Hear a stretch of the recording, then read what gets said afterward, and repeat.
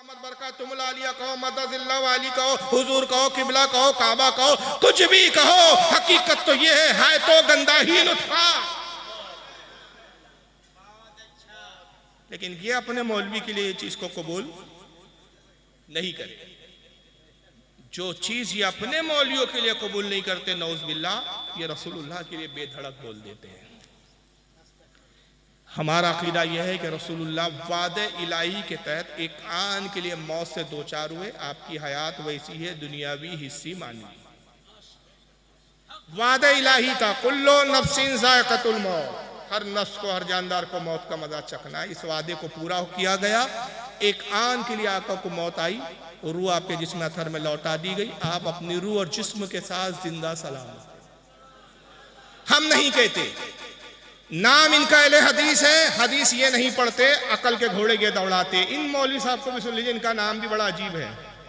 नाम ही सुनोगे तो आप जावेद अहमद घामडी। हाँ, मैं मजाक नहीं उड़ा रहा हूँ, घामडी जी नाम है इनका। ये देखिए अकल का घोड़ा कैसे दौड़ा रहे हैं ये। और ये उस्ताद है मिर्जा अली साहब के। मिर्जा अली जी इंजीनियर को जानते होंगे बहुत सारे लोग, उसकी भी कुछ क्लिप दिखाऊंगा मैं भी, कितने अकलमंद साहब है। घामडी साहब को सुनो। मरने के बाद जिंदगी सिर्फ आखिरत, मरने के बाद जिंदगी सिर्फ आखिरत की है कहते हैं, और मुसलमानों में एक गिरोह बुजुर्गान दीन और औलिया की हयात का कायल है। क्या तमाम अपनी अंबिया अपनी कबूर में जिंदा है?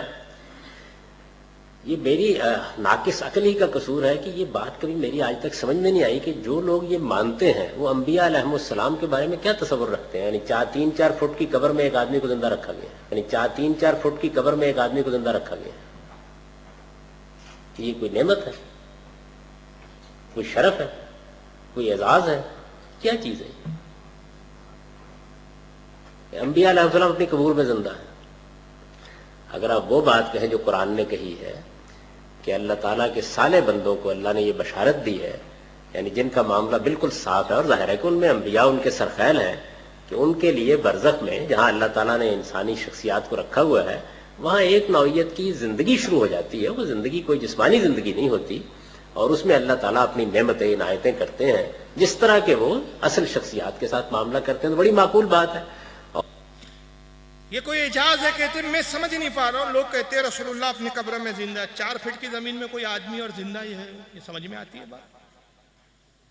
4 फीट की जमीन में कैसे कोई जिंदा हो सकता है? ये कोई एजाज है, कोई नेमत है, कोई खूबी है रसूलुल्लाह की? देखिए गुमराह कैसे किया जाता है। आदमी भी सोचे हाँ बात तो सही है यार, रसूल जिंदा और 4 फीट की जमीन में होती है कितनी कब्र? 4 फीट भी ज्यादा बोल दिया भाई, चौड़ान में 4 फीट भी नहीं होती हो, बहुत हो गया। मेरे ख्याल से 2.5 फीट 3 फीट होती है। लंबान में कद के बराबर होती है। जिस जैसी मुर्दे की, जैसे मैयत की हाइट होती है उस हिसाब से कब्र खोदती जाती है हमारे यहाँ। तो ये अक्ल की बातें दौड़ाते हैं। फिर नाम इनका अहले हदीस होता है। हम हदीसों पे चलते हैं भाई, धोखा कैसे देते हैं, हम अहले हदीस है। 4 फीट की कब्र में नबी जिंदा है, ये कोई अक्ल में आती है? कोई नबी के लिए एजाज है, खूबी है, नेमत है? आप वो बात कहें जो अक्ल में आए। भाई हुजूर जिंदगी जो है बरज़खी जिंदगी है, बरज़ख में है आप, जहाँ जिस्म की जिंदगी नहीं है। मौलवी साहब, हर आम आदमी भी बरज़ख में जिंदा है और नबी भी वहाँ बरज़ख में है, तो फिर हुजूर की खुसूसियात क्या हो? और इन्होंने जनाब ने ये कब्र की 4 फीट को देखा, वो हदीस ना देखी जिसमें आका कहते हैं कि बंदा मोमिन को जब कब्र में रखा जाता है उसकी निगाह तक कब्र उसके लिए वसी कर दी जाती है। ये बंदा मोमिन की बात है, और हमारे आका के लिए फिर कितनी वसी। अरे जन्नत है हुजूर की कब्र। आका खुद फरमाते हैं कि मेरी कब्र और मेरे मिंबर के दरमियान का हिस्सा जन्नत है। हुजूर की कब्र मुबारक खुद जन्नत है, और जन्नत की कोई हदो शुमार नहीं है, जन्नत की लिमिट ही नहीं मालूम किसी को। हुजूर कह रहे मेरी कब्र खुद जन्नत के टुकड़ों में से एक टुकड़ा है। तो ये अक्ल के घोड़े देखिए कहाँ का ले आते हैं, जबकि सही हदीस मौजूद है, हद तवातुर तक पहुंची हुई है। आइए जरा ये हदीस देख लीजिए आप। ये सुनान इब्न माजा की हदीस है, और इस पर मैं इस रिवायत की तशरीह में जो एक इमाम का कौल सुनाऊंगा तो आपकी रूह खुश हो जाएंगी। सुनान इब्न माजा किताबुल जनाइज हदीस नंबर 1637।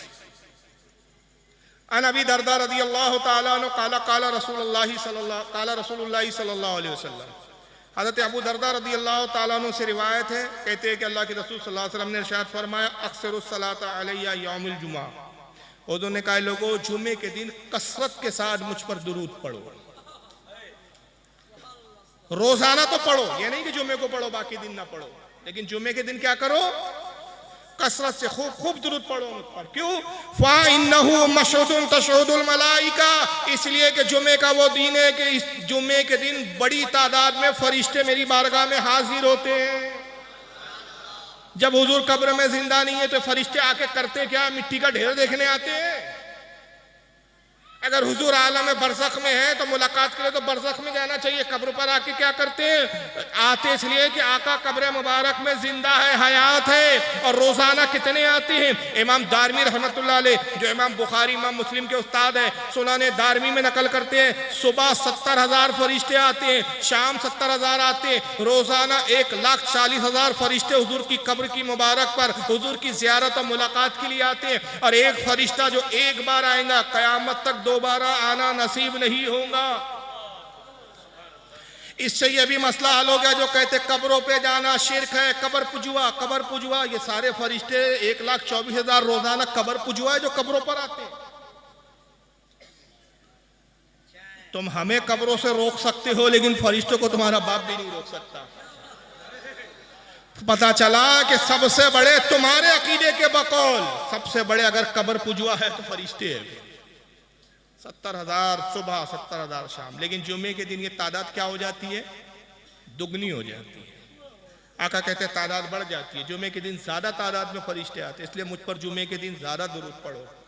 फ़इन्ना अहदन लन युसल्लिया अलैया इल्ला उरिदत अलैया सलातुहु हत्ता यफरुगा मिनहा। आका कहते हैं जब तुम में से कोई मुझ पर दुरूद पढ़ता है, वो दुरूद फरिश्ते मुझ तक पहुंचाते रहते हैं। ये रिवायत क्या समझ में आ रही है? हुजूर की जिंदगी पता चल रही है कि नहीं चल रही है? तुम में से जो कोई दुरूद पढ़ता है मुझ पर, वो फरिश्ते मुझ पर दुरूद पहुंचाते रहते हैं, यहाँ तक के पढ़ने वाला खुद फारिग हो जाए, पढ़ने वाला दुरूद पढ़ना बंद कर दे। जब तक पढ़ता है फरिश्ते लाते रहते हैं। ये हदीस का टुकड़ा बड़ा खास है। इस हदीस की तशरीह में एक दूसरी हदीस इमाम अबू नुएम हिलियतुल औलिया में, इमाम बहकी दलाइलुन नबवा में, इमाम काजी अयाद किताबुश शिफा में, इमाम हैसमी मजमुउज़ ज़वाइद में, बड़े बड़े मुहद्दिसीन इसी हदीस के ज़िम्न में एक दूसरी हदीस दूसरी सनद से लाते हैं। और वो हदीस ये कि आका कहते हैं जो फरिश्ते मुझ पर दुरूद पहुंचाते हैं, वो दुरूद कैसे पहुंचाते? ऐसा नहीं कहते या रसूलुल्लाह एक उम्मती ने दुरूद भेजा है, करोड़ों अरबों हुजूर के उम्मती है, कैसे पता चले कि भाई कौन से उम्मती ने दुरूद भेजा है?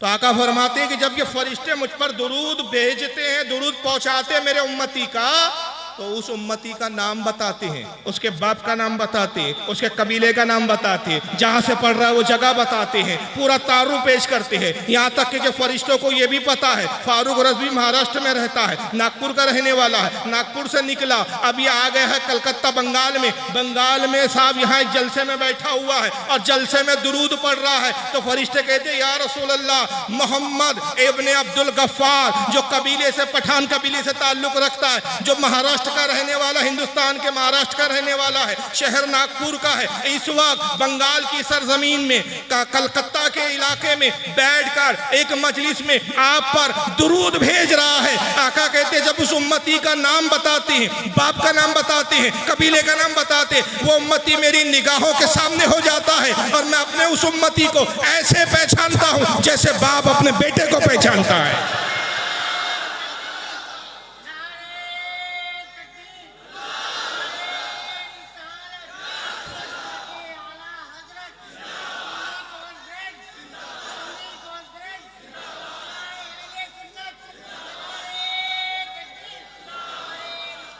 हर उम्मती को आका पहचानते।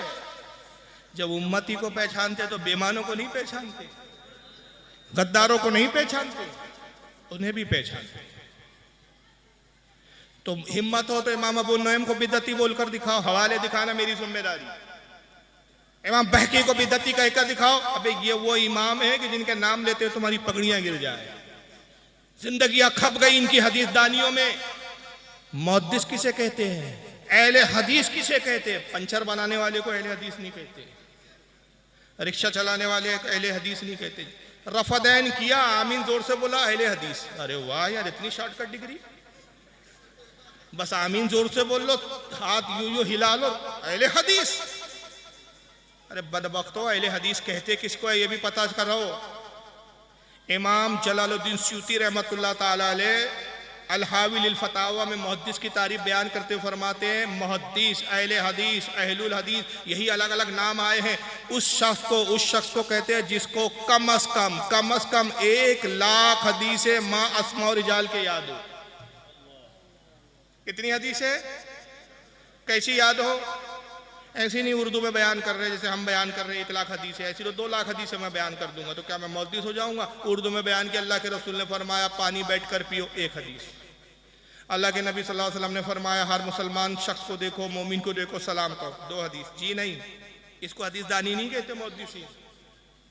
मतन और सनद, अपने से लेकर रसूल तक सनद जानता हो, हमने इनसे सुना, इन्होंने इनसे सुना, इन्होंने इनसे सुना, इन्होंने इनसे, अनफुला अनफुला अनफुला अनफुला काला रसूलुल्लाह। हर हदीस की सनद मालूम हो, हर हदीस की सनद के अस्मा रिजाल मालूम हो, कौन किससे रिवायत कर रहा है, इसकी मुलाकात इससे हुई या नहीं हुई, ये सिका है, झूठा है, कज़्ज़ाब है, ज़ईफ़ है, कैसा है, उसकी कैफियत मालूम, उसके हालात मालूम, हर सनद के हर रावी पे नजर हो, हर सनद के रावी के बारे में मालूमात हो। ऐसी 1 लाख हदीसें जिसको हिफ्ज़ हो उसको अहलुल हदीस कहते हैं। ये पंचर बनाते हुए रफ़दैन करके अहले हदीस बन गया। तो अहले हदीस बनने के लिए 1 लाख हदीसें चाहिए। मैं जिन मुहद्दिसीन के नाम ले रहा हूं, इमाम बहकी 1 लाख हदीस से ज्यादा के हाफिज थे, तब कलम उठा रहे हैं। इमाम अबू नुईम 1 लाख से ज्यादा हदीसों के हाफिज है, तब कलम उठा रहे हैं। इमाम हैसमी 1 लाख हदीसों से ज्यादा के हाफिज है, तब कलम उठा रहे। ये लाखों हदीसों को याद करने वाले हदीस बयान करे, उनकी हदीस छोड़कर तुम्हारे अकल के घोड़े ले हम, तुम फटीचरों की बातें माने। ये मुहद्दिसीन रिवायत कर रहे हैं, आका कहते हैं मैं अपने उम्मती को ऐसे पहचानता हूं जैसे बाप अपने बेटे को पहचानता है। काला कुल तो बादल मौत, ये हदीस का खास टुकड़ा। अबू दरदा कहते हैं हमने सवाल किया, या रसूलल्लाह मौत के बाद भी, अभी हयात है तो आप उम्मती का दुरूद सुनते, अभी हयात है तो उम्मती को पहचानते, क्या इंतकाल के बाद भी ये कैफियत होंगी आपकी? मौत के बाद भी उम्मती का दुरूद सुनेंगे आप? मरकर मिट्टी में तो नहीं मिल जाएंगे जैसे कि ये आने वाली 14 साल के बाद नमूने आएंगे।